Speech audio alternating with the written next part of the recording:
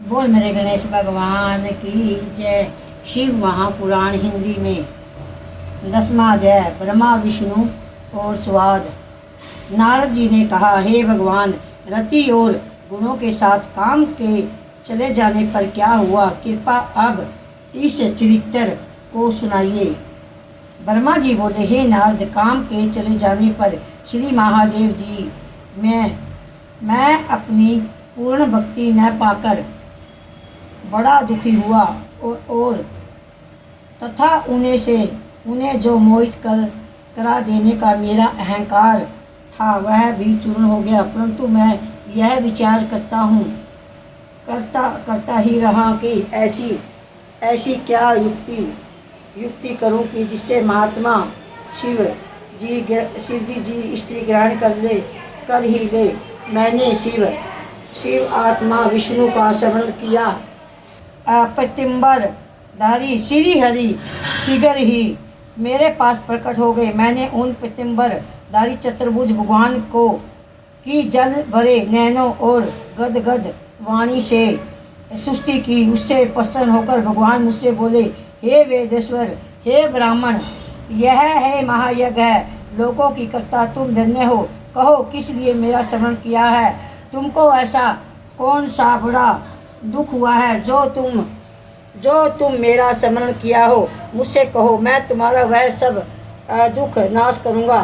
तब एक निश्वास लेकर हाथ जोड़कर प्रणाम करके मैंने देवाधिदेव विष्णु जी से कहा, हे रामनाथ, हे मनोकामना देने वाले, मैंने रुद्र के समोनाथ सह परिवार मारगन और वसंत के साथ काम को भेजा था, परंतु जब निष्फल हुआ तब शिव तत्व विषाद आखिर ज्ञान श्री हरि जी मेरे वचनों को सुनकर विस्मित होकर मुझसे बोले, हे पितामह, ऐसा तो तुम क्यों करना चाहते हो?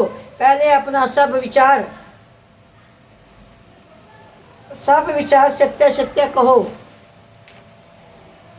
ब्रह्मा जी कहते हैं, तब मैंने कहा कि सृष्टि के आरंभ में जब मेरा दक्ष आदि 10 पुत्र और वाणी द्वारा एक सुंदर कन्या उत्पन्न हुई और छाती से धर्म, मन से काम और दह से बहुत से प्राणी उत्पन्न हुए, तब उस कन्या को देखकर मुझे मोह उत्पन्न हो गया था और आपकी माया से मोहित होकर मैंने उस कन्या को कुदृष्टि से देखा था। तब उसी समय महादेव जी ने आकर मुझसे और मेरे पुत्रों को बहुत धिक्कारा। मेरे पुत्रों को काम समक्ष मेरी निंदा की। इसका मुझे बड़ा दुख है। और केशव, अब वह भी स्त्री ग्रहण कर ले, तब मेरा दुख दूर होगा और तब मैं सुखी होऊंगा। बस इसलिए आपकी शरण में पड़ा हूँ। हे नारद, मेरी ऐसी बात सुनकर मधुसूदन भगवान हंसे और मुझसे प्रश्न करते हुए बोले, हे वेद, आप सब लोक के कर्ता और वेद वक्ता होकर ऐसी महामुंड मति वाले क्यों हो गए हो? हे मध्यवात्मा, जड़ता हो छोड़कर ऐसी बुद्धि मत करो। तुम रुद्र रूप शिवजी जी से ईर्ष्या त्याग दो।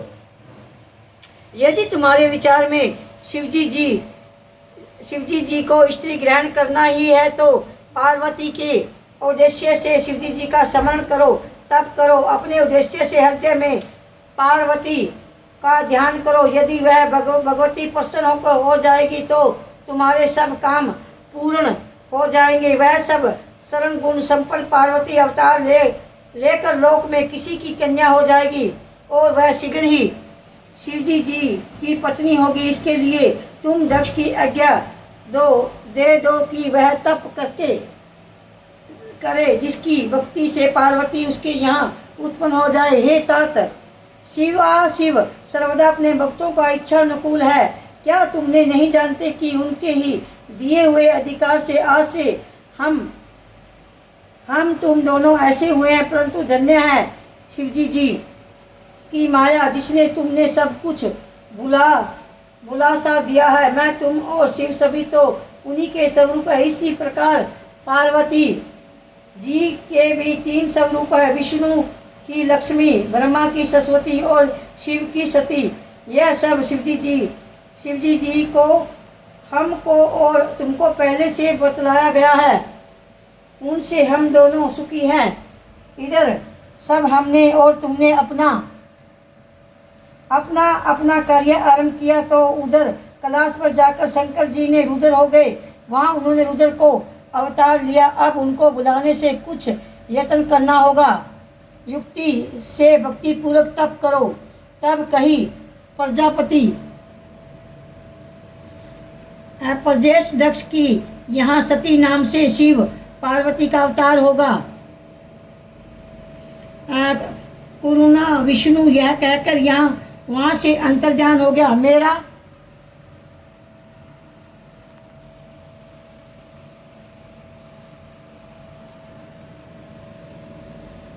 अंतर्ध्यान हो गया, वह मेरा अहंकार जत रहा था। बोल शिव महापुराण की जय।